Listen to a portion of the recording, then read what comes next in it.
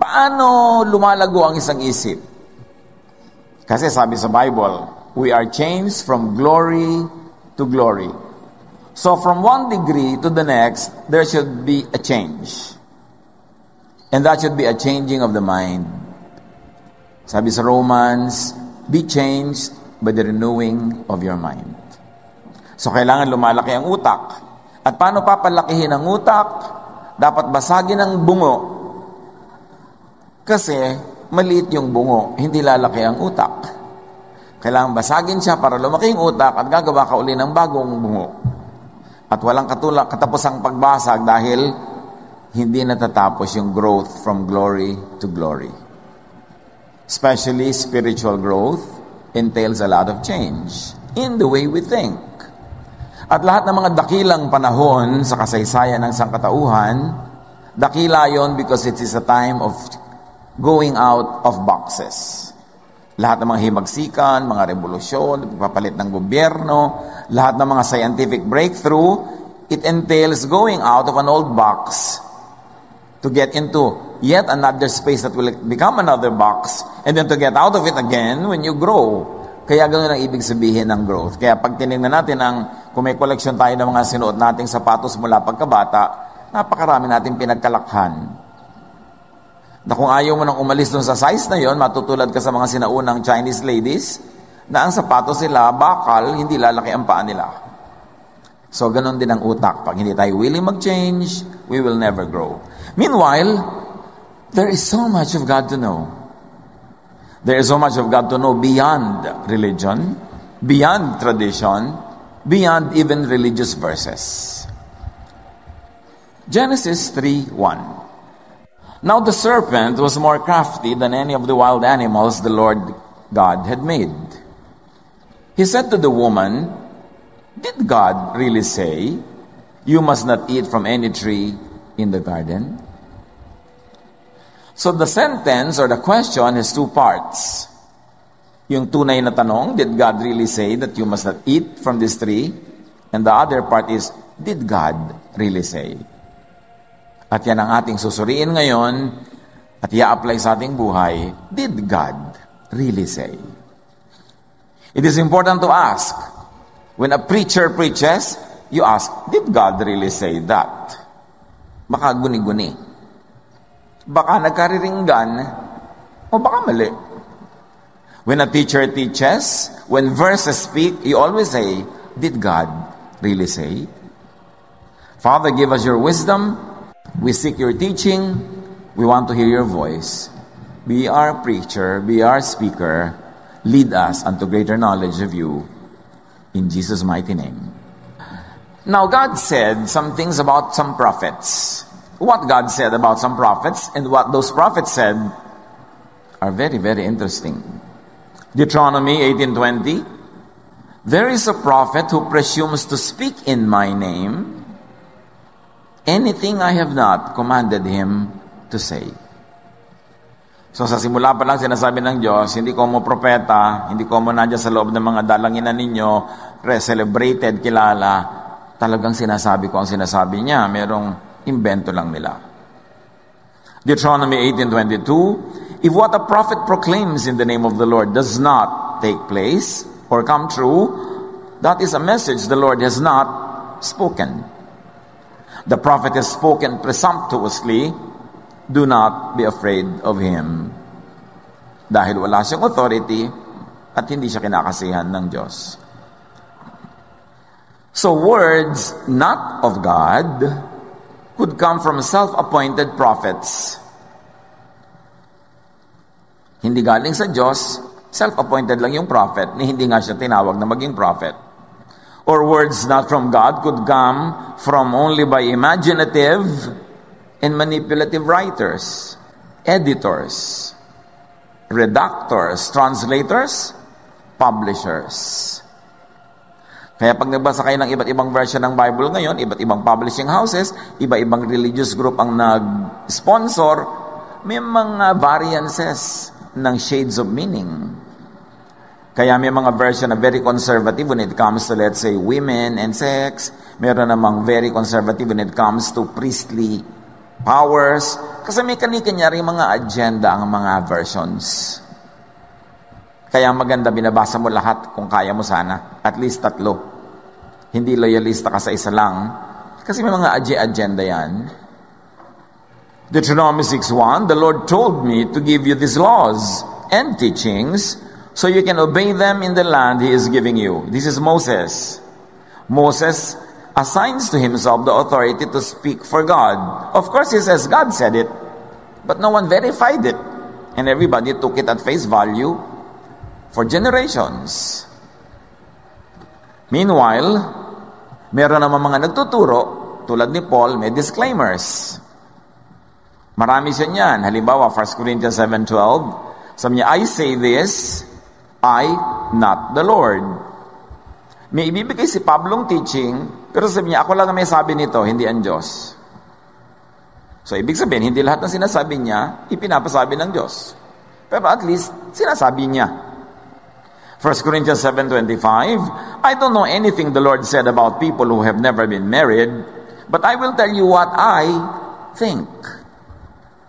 Again, sabi ni Pablo, wala naman ako alam na teaching ng Diyos tungkol sa mga virgins, sa mga unmarried, sa mga single.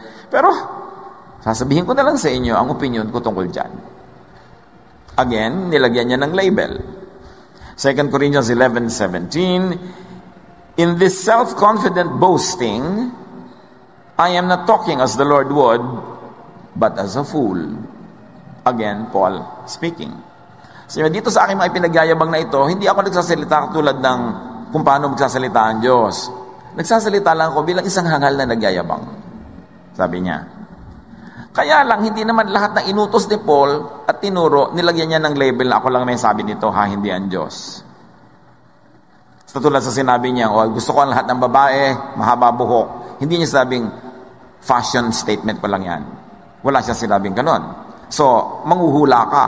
Ano ba to? Doktrina forever and for all or paglang bagay o paglang kapaki-pakinabang? Pag sinabi niyang dapat ang mga babae magbembelo, dapat ang mga lalaki maiksi ang buhok, ang babae mahaba. Wala siyang sinabi kung galing yun sa Diyos o galing sa Kanya. At so far, siya lang isang very honest among the writers to say na may mga sinasabi siyang hindi talaga galing sa Diyos. Papaano kung ang sinusunod mong utos ng isang propeta, una, fake pala yung propeta. Second, yung sinasabi pala niya, hindi naman galing sa Diyos. Tapos buong buhay, hirap na hirap ka sa pagsunod, di ba lugi ka nun? Kaya mahalagang isipin at itanong, sabi nung ahas, did God really say that?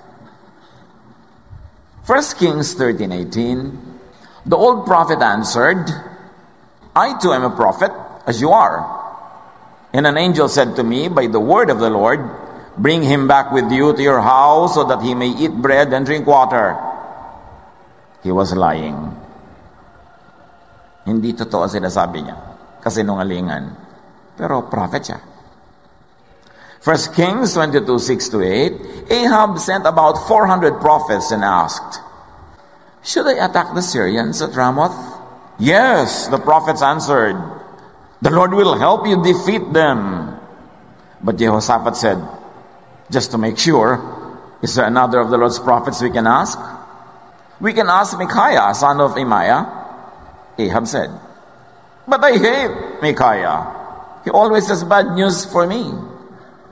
So you see, may mga propetang consultant ang king at may mga sweldo lahat yan. So gusto ng king pumunta sa gyera, tinanong niya ang 400 niyang propeta. Chorus lahat, sabay-sabay, yes! Papapanalunin ka ng Diyos! So niya, teka, para sigurado, wala na bang iba? May natira pa bang dapat tanungin? Sabi nung kausap niya, Micaiah. Ayoko naman doon laging pinipigil ako. Puro bad news, puro hindi niya gusto ang gagawin ko. So you see, magkasalungat yung mga ideya ng mga propeta. At kung kanino makikinig yung king, mapapahamak siya o mapapabuti. Tulad din natin ngayon, kung kanino tayo nakikinig na propeta, mapapahamak tayo, mapapabuti, giginhawa o hihirap, sasaya o lulungkot. Pero admittedly, sabi nung hari, ayoko naman sa prophet na yan killjoy. Lahat na lang, sinasabi niya, hindi maganda, hindi maganda. So syempre, ang gusto ng mga tao, ang nakapaligid sa kanila, yung yes lang ng yes. Na madalas, ikinakapahamak nila. Isaiah 9:14 to 16. In one day he cut off their head and tail, their leaves and branches. The rulers and leaders were the head, and the lying prophets were the tail. They had led the nation down the wrong path, and the people were confused. So isang talinghaga, pinutol dalawang ulot buntot. Ang ulo daw yung mga political leaders at ang buntot yung mga religious leaders. At sa gitna nila yung katawan, yung lipunan, yung mga tao na dinadala nila sa kapahamakan. Nalilito lang ang mga tao sa buwatan ng mga political and religious people para ang mga tao ay mapahamak. And this happens up to today. Jeremiah 8:8, God speaks, you say, we are wise because we have the teachings and laws of the Lord. But I say that your teachers have turned my words into lies. So, pinagmamalaki daw ng mga tao, may mga propeta sila, may mga guru sila, so matatalino sila. Sabi ng Diyos, binaluktot ng mga teacher nyo ang salita ko. They are not teaching you my teachings. They are giving you their teachings. Kaya napapahamak ang bayan. Jeremiah 23:11, both prophet and priest are godless. Even in my temple, I find their wickedness, declares the Lord. So the Lord saying the prophet and the priests are godless. And they are governing the land. They are making everyone obey. Jeremiah 23:30 to 32. These unfaithful prophets claim I give them their dreams, but it isn't true. I didn't choose them to be my prophets, and yet they babble on and on, speaking in my name while stealing words from each other. And when my people hear these liars, they are led astray instead of being helped. So I warn you now that I am now the enemy of these prophets. I, the Lord, have spoken. And we can go on and on. If you're going to read your scripture, buisit na buisit ang Diyos sa mga propetang yan. Ang dami nilang mga itinurong baluktot tungkol sa Diyos, sa relihiyon, hindi nila ipinapakilala ang tunay na Diyos. Sinasabi natin, God made man in His image, but religious people make God in their image. So ang mga conservative at stricto mga priest, ang pinapalabas nila ang God ay conservative at stricto. Yung may mga political agenda na religious leaders, pinapalagay nila na kampe sa kanilang politics ang Diyos. Umiimbento sila ng imahe ng Diyos ayon sa kanilang sariling imahen. They project on God their own fantasies, their own teachings, their own ideas, and make God seem to have said those things so people will obey. That's why God sent Jesus. Purgang-purga na ang Israel sa mga katuroan ng napakaraming fake. Mga katuroan na hindi nagpapakilala sa Diyos, nagpapaira lang ng mga kagustuhan ng mga pare. Kagustuhan ng mga scribes, ng mga Pharisees and teachers of the law. Kaya yung mga grupong yan ang number one na talagang binasag at binangga ni Jesus. At sila rin ang nagpapatay kay Jesus. Kung ang mga katuroan nila ay tama na, ba't ipapadala pa si Jesus? Di redundant. Repetition lang. Sayang ang pagod. But God sent Jesus, the image of the invisible God. In Him, the fullness of the deity lived in bodily form. And according to John chapter 1, He came to show us the true kindness and the true goodness of God. In other words, the temple system in Israel was a failure in showing who God really is. Punong-puno sila ng mga sarili nilang agenda. Now, siyempre, ang number one nila laging sinusunod are the scriptures nila. But the Jewish scriptures that we call Old Testament was written by priests who had religious, political, and social agenda. At nandun sa mga scriptures na inyo sinasabi ng Diyos na mga fake ang sinasabi nyo, hindi yan ang turo ko, nandun, kailangan malaman mo kung alin.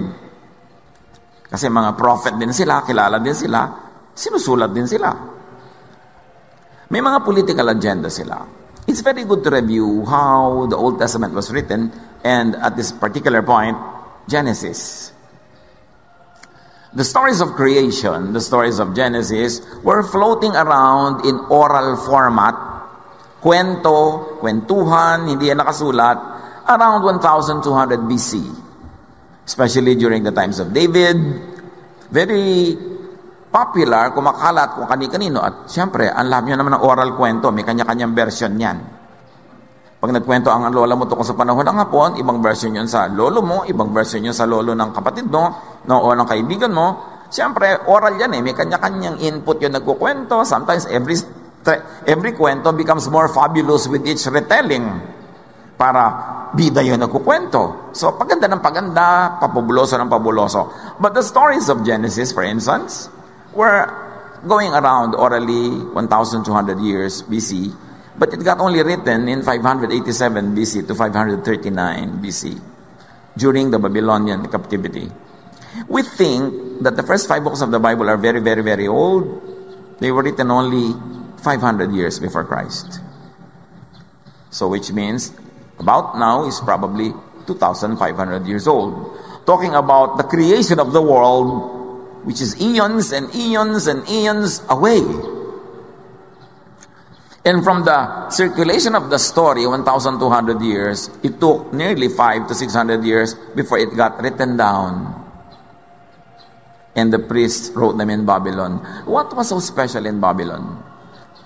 The Jews, the people of Judah, were taken by Nebuchadnezzar to Babylonia, together with all the other elite of other nations conquered by Babylon. So Babylonia was a very big, cosmopolitan, modern city. Peopled by the international community, by the elite, by the educated classes of various nations. It was a most advanced emporium of thoughts and of goods. For the first time, the Israelites, who thought that their temple was the biggest and the most beautiful on earth, who thought that their culture was the most sophisticated, suddenly they came face to face with advanced civilizations from all over the world, and they felt small. And they were afraid that they might lose their identity because it was a very international community. So their priests began to write the Jewish scriptures for religious dominance and control. Para huwag makihalo yung mga tao sa ibang lahi, kailangang i-keep nila identity nila because they're aspiring to go back to their homeland. So the priests began to write. Tsaka iniisip nila baka yung mga storytellers, mga chanters, mga matay, hindi na ma-pass on yung kwento sa iba, sinulat. But sa pagsulat na yon, doon nabuo yung mga first 5 books. Very especially. Doon yung mga lumabas yung mga Sabbath, hindi ka pwede maglakad ng malayo, hindi ka pwedeng gumawa, hindi ka pwede magluto, hindi ka pwede maghugas ng plato, hindi ka pwede mag-ganon, na ang tunay namang layunin ay para huwag makipag-socialize sa mga Jews sa ibang lahi. Paano makikipag-socialize? Hindi ka pwede maglakad na malayo. Yung Sabbath ang weekend. Paano ka ngayon tatanggap ng mga bisita sa bahay mo? Hindi ka pwedeng kumilos, maghain. At hindi ka rin pwedeng pumunta sa bahay nila. And then kasama dyan na-develop yung mga dietary laws. Bawal ito, bawal yun, bawal yan. Kasi paano ka pupunta sa bahay ng ibang lahi kung hindi mo naman kakainin yung pagkain niya dahil bawal? Paano mo siya iimbitahin sa bahay mo kung hindi mo naman siya mapapakain ng gusto niya kasi hindi ka maghahanda nung bawal? Nandun na yung lahat ng mga kautusan nila, huwag kayong mag-aasawa ng foreigner, huwag kayong mag-ganito, huwag kayong mag-ganyan. Tapos sabi ng mga priests, sabi yun ng Diyos. Ang totoo, the priests were trying to preserve their cultural identity, which culturally speaking was not a bad project. Kaya lang sabi nila, sabi ng Diyos. Kaya ano unang ginawa ni Jesus sa public ministry niya? Doon pa siya naghimala sa Sabat. So yan ang sabi ng Diyos. Walang ganyan. Sabbath was made for man, not man for the Sabbath. Pwede kayong gumawa kung ikakabutin nyo, kung ikakagusto nyo, ikakaligayan nyo. At tapos, anong bawal-bawal ng pagkain? Kaya sinabi ni Jesus, it's not important what gets into your mouth, but what gets out of it, your words. So in other words, invento ng mga priest yung mga teaching na yon. Kasi kung yun talaga, sabi ng Diyos, edi lumalaban si Jesus sa Diyos. Pero dahil pinawalan ni Jesus yung mga tao doon sa mga laws na yon, ibig sabihin, hindi naman talaga galing sa Diyos. It followed a religious agenda, a cultural agenda. Deuteronomy 17:18, the official copy of God's laws will be kept by the priests of the Levite tribe. There is control. No read, no write naman yung mga mamamayan nun yung mga priest lang marunong magsulat. So pwede nilang isulat, pwede nilang burahin, pwede nilang dagdagan. Sila naman na nagtatago So you see the empowerment of the priests. But what they first wanted was the preservation of identity and separation from the nations. Kaya lahat ng mga teaching ng Old Testament hanggang New na separate, galing yan sa Babylon because the priests did not want the Jews to socialize with other people because they were so afraid and insecure na mabubura ang culture nila. Hanggang sa New Testament times, hanggang ngayon may mga separatist. Galing yan sa Babylon. Anong separatist? Anong ginawa na naman ni Jesus? Kung saan nandun yung mga tinatawag na mga priest, mga makasalanan, doon siya uupo, doon siya sasama sa kupagkain, doon siya nakikihalubilo. He was called a friend of tax collectors and sinners. Mababa ang pagtingin nila nun sa mga babae, lalo pagka nireregla o nanganak o kung ano-ano, kasi hindi naman nila naiintindihan yung reproductive cycle nun So unclean kapag may dugo. Anong ginawa ni Jesus? Hinayaan niyang hawakan siya ng babaeng dinudugo for 12 years. Tapos yung mga babae, hindi dapat makihalubilo, dapat paanakan lang sila. So si Martha, nung pinipigil niya si Mary, dapat sa kusina ang mga babae. Sabi ni Jesus, no. She chooses to be with the men, it's better. Because she will learn and she will be liberated from all of these enslaving traditions. She has chosen the better portion. Mary sits with the men. Pag pinag-aralan nyo lahat ng mga ginawa ni Jesus, binangga niya yung mga katuroan na yan. Ngayon, isa lang ang dapat natin isipin. Kung talagang galing yan sa Diyos, ba't babanggain ni Jesus? At kung binangga ni Jesus, Jesus is the image of the invisible God. In the fullness of time, God sent forth His Son. And Jesus is the way, the truth, and the life. Ibig sabihin, hindi yung mga katuroan na yon ang gusto talaga ng Diyos, kundi yung kais-isang itinuro ni Jesus na katuroan, love. To the point na yung babaeng caught in adultery, papatayin, babatuhin according to the law, hindi pinabato ni Jesus. Either Jesus was the biggest lawbreaker or that law was not really the law from God. That's why hindi yun pinairal ni Jesus. Kaya tayo nagdidiin ng Jesusness kasi ang daming nagtutunggaling mga katuroan sa loob mismo ng scriptures. Dapat yung katuroan ni Jesus ang mangibabaw, dapat yun ang manaig, dapat yun ang umiral, because Jesus is the Son of God. Jesus is our Savior. Jesus is the one who died for us on the cross. And Jesus is the one who resurrected to save all of us. Sino ang dapat nating pakinggan? Siguro hindi naman mahirap pumili. Dapat ka pa rin makinig doon sa mga katuroan ng iba kung nakakabuti. Pero optional na lang yan. Hindi yan must. Yung mga katuroan ni Jesus ang must. Because He is the way. He is the truth. He is the life. He is the light of the world. Ibig sabihin, madilim bago siya dumating. Grabe nga ang relihiyon nila Yun ang buong buhay nila, madilim pa rin. Kaya ipinadala si Jesus. So the priest had an agenda, social control, and social engineering. 1 Samuel 2:35, I have chosen someone else to be my priest. Someone who will be faithful and obey me. I will always let his family serve as priest and help my chosen king. Can you smell politics? So may mga pinili daw priest at ito ang mga mag-a-advise sa king. Kaya hanggang ngayon, ang mga priest gustong makialam sa king. Kasi ito yung president sa Jewish scriptures. But of course, this office was appointed by the priest unto themselves. Sila naman yung nagsasabi ng lahat ng yan At sila naman ang nagsulat ng lahat ng yan. Kita natin kung ano yung galit ng Diyos sa mga mali nilang sinabi, mali nilang sinulat, hindi yan ang gusto ko, hindi yan ang kalooban ko, sabi ng Diyos. Kaya dapat tayong manuri. The priest had an agenda, Jewish nation building. At kailangan para maging nationalistic sila, ay papaniwalain nila ang kanilang mga sarili na sila lang ang mahal ng Diyos, sila lang ang bayan ng Diyos. At kung kailangan nilang pumatay ng mga babae, bata, matanda, para kumuha sila ng mga lupain ng iba, gagawin nila yon dahil sabi daw ng Diyos. Pakaisip-isipin nyo, ang Diyos, sasabihin sa kanila, itong lupang ipapamana ko sa inyo. Wow, thank you po. Teka, pero may mga tao dun eh. Patayin nyo muna sila lahat. Mga babae, mga bata, mga matanda. Kasi yan ang pinapamana ko sa inyo. Pag nag-isip ka ngayon, isip mo, anong Diyos yun? Ba't gano'n ang, di ba? Bakit ipapapatay niya? Ba't hindi nalang ipinadala ang lahat ng ito sa Romblon? Ang luwag-luwag. Ang dami pang real estate sa buong mundong walang tao. Ba't kailangan ubusin yung mga tao doon? But first, there was a military reason. Because if you're going to study history, when the Jews were leaving Egypt, the Assyrian Empire had just collapsed. And the city-states which were client of the Assyrian Empire were now on their own, independent. And the weakest of them was Palestine. Jericho and those areas. Militarily, mas madali silang makuha. So, sabi ng mga priest, yan ang bigay sa atin ng Diyos. Kaya lang, ubusin natin sila. Kaya hanggang ngayon, nag-uubusan pa. Dahil doon.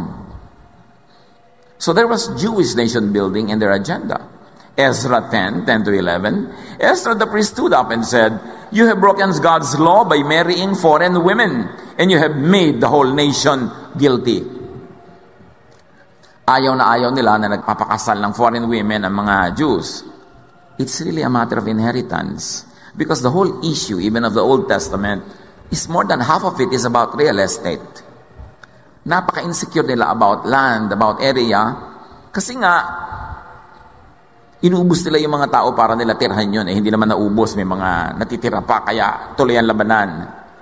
Laging, this is the well that our grandfather Jacob dug. This is the cave that our grandfather Abraham bought. Blah, blah, blah. Laging tungkol sa real estate. Ngayon, ayaw nila ang mga lalaki nagpapakasal sa foreigners kasi paano na lang yung mana? Hindi na magiging homogeneous yung pagmamana ng mga real estate. Kaya bawal mag-asawa ng foreign women. Tayo lang dapat. Atin lang ito. Atin lang ang Diyos. Kaya biniligtad lahat yan ni Jesus. Anong sabi niya? Go, preach the good news in Jerusalem. Okay, Jews pa rin ang nandun. In Judea. Okay, Jews pa rin. In Samaria. Ay, teka, mga halo-halo nang nandyan. And to the ends of the earth. Binasag ni Jesus yung exclusiveness ng claim nila. Kasi sinabi ni Jesus, ako, ang Ama ay para sa lahat, hindi lang sa inyo. So preach in Jerusalem, Judea, Samaria, and to the ends of the earth. Ayaw yun ng mga priest kasi gusto nila, sila lang. There was racism. At hanggang ngayon, yung racism, mga religious wars, lipulin sila kasi sabi ng Diyos, lipulin sila kasi kalaban natin sila sa relihiyon, lipulin sila kahit kasi sila ay foreigners. Hanggang ngayon, ang dami pang effect sa atin. Bunga ng mga katuroan na ito. Now you must confess your sins to the Lord God of our ancestors and obey Him. You see, a few men marry foreign women, pero sabi ni Ezra, you have made the whole nation guilty. Nagkasala yung konti, lahat guilty na talaga. Kaya ngayon, marami ring mga Christians, pag umulan, pag lumindol, pag bumagyo, may repentance party sa Luneta. Kasi nagkasala ang mga kababayan natin, idolatros sila, kasi ganun sila. So magre-repent tayo para sa buong nation. Ilang libong repentance gathering na ang attendan nyo. At nakita natin. Pero bagyo pa rin ang bagyo. Natural, dahil bumabagyo talaga. Nagkaka-drought talaga, nagkakabaha. Kasi yun ang nature's law. Pero laging mag-repent tayo, mag-repent. Kasi tuwing may repentance gathering, may repentance party, may prayer for the nation, may mga religious leaders na umaakyat sa entablado, sila yung sumisikat, sila yung nakikinabang sa malalaking event because that empowers them. Pag pinag-aralan natin yung mga ganyan, dapat natin sinusuri. Kasi ano ba naging effect na talaga ng kadadasal lang? Kaya maraming tao lagi sa Luneta, sa Quezon Memorial Circle. Ganun pa rin, babagyo pa rin, lilindol pa rin. Kasi yun ang likha ng nature, na nilikha ng Diyos. Huwag ka na lang tumira sa mga gilid ng ilog para di ka anurin. Yung mag-ingat ka, magtanim tayo ng mga puno para hindi maubos ang tubig sa Angat Dam, para hindi tayo nagda-drought. Hindi nadadaan yan sa kadadasal sa Luneta. Although hindi masama magdasal. Pero kung nagdasal ka lang, wala kang ginawang reforestation, tree planting, to respect nature, magic ang hinihingi mo nun.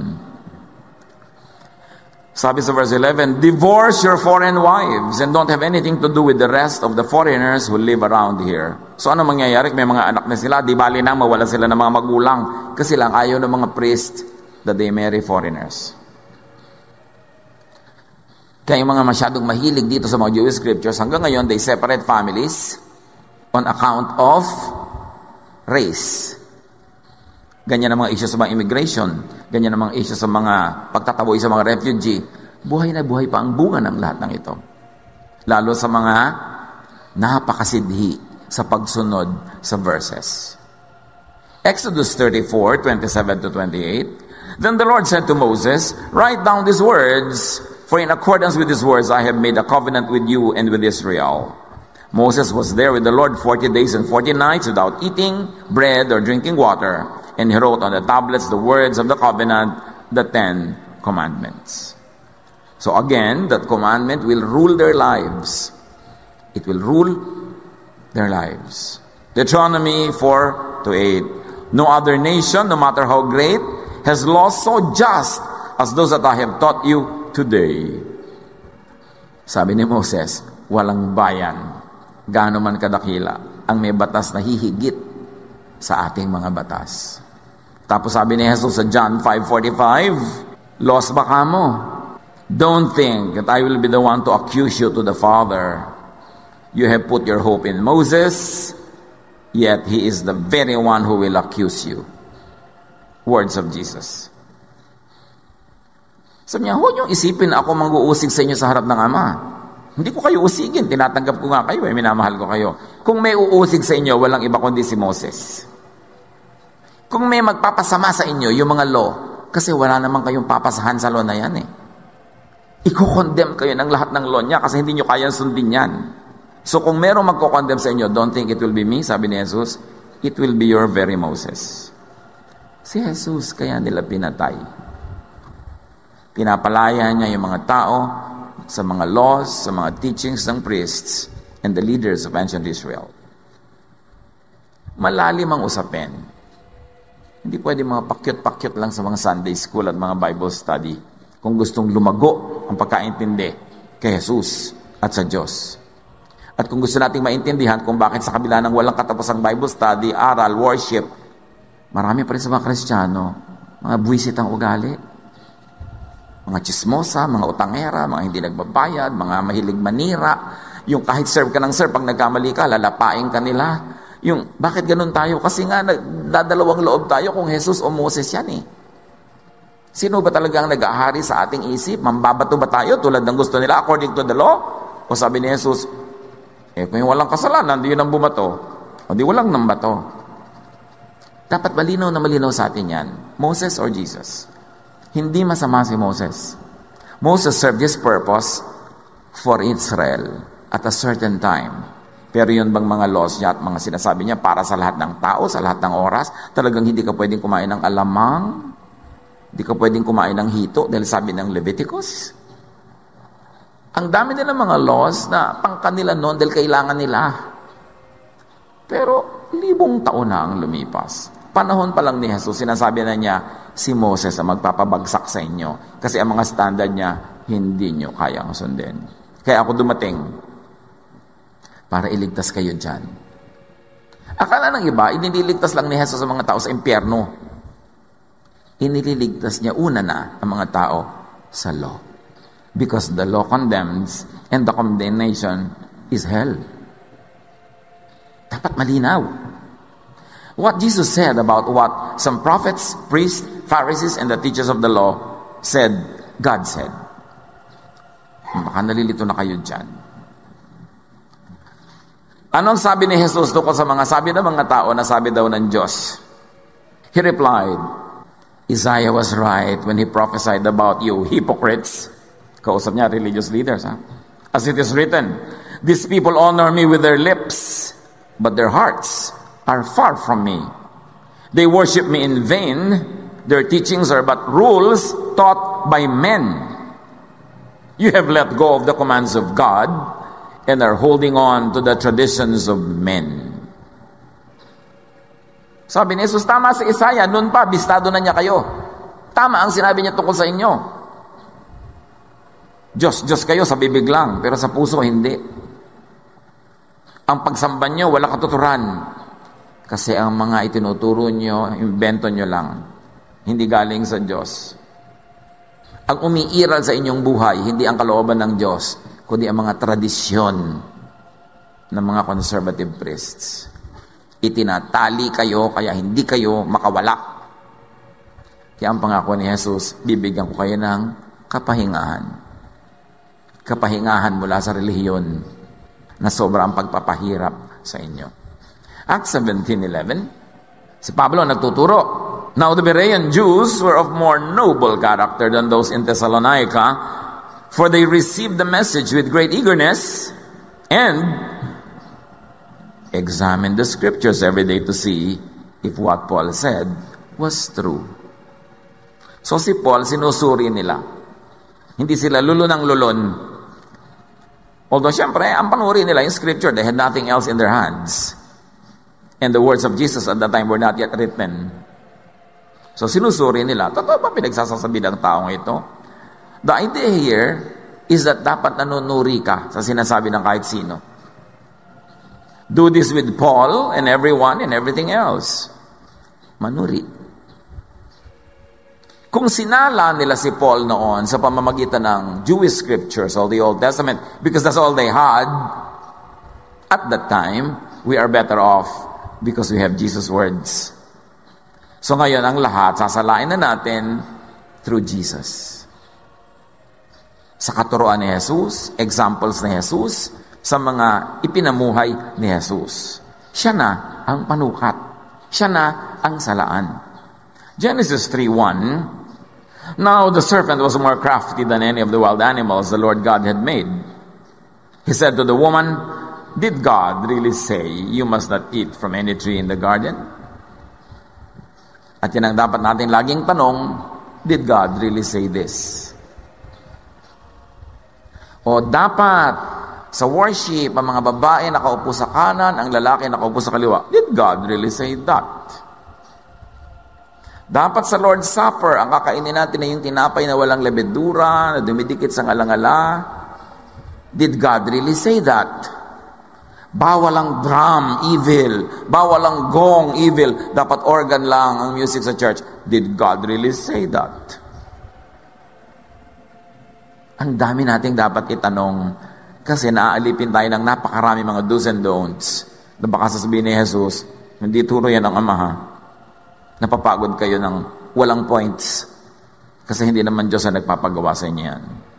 So did God really say this? Or the priest writers, the editors said, God said it.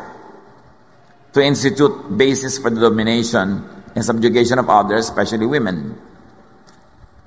Mahabang usapin ang subjugation of women. Ang minagmumulan yan, Genesis. Genesis was written, as we have said, only 587 years before Jesus. It's a very young literature that attempts to explain things beyond timeless history.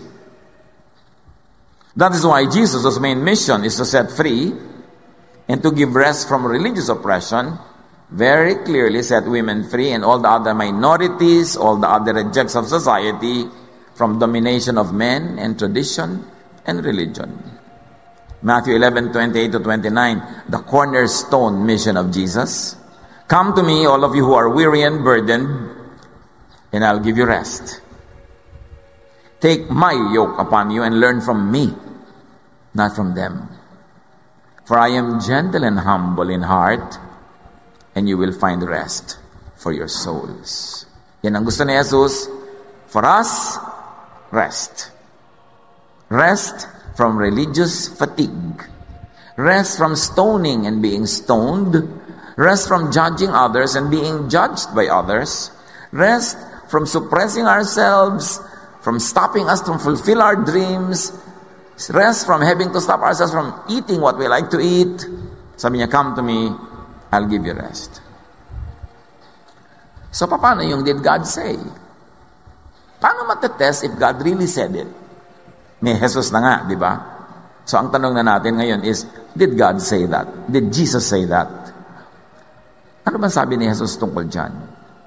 Kapag may nagsasabi sa'yo, huy, Friday night na, hindi ka pwede lumabas ng bahay, Sabat na. Hanggang bukas maghapon, Sabado. Did Jesus say that?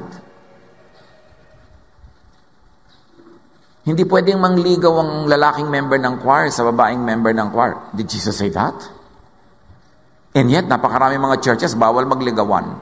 Habang kabataan, kailan magliligawan? Pag matanda na? Kailan pa? Yung ayaw mong paligawan dahil bata pa, pagka medyo matanda na, sinasamahan mo ng kaldero, kalan, o eto na, pinaparipa na dahil medyo last trip na. Wala pa rin taker kasi pinigil mo ng bata eh.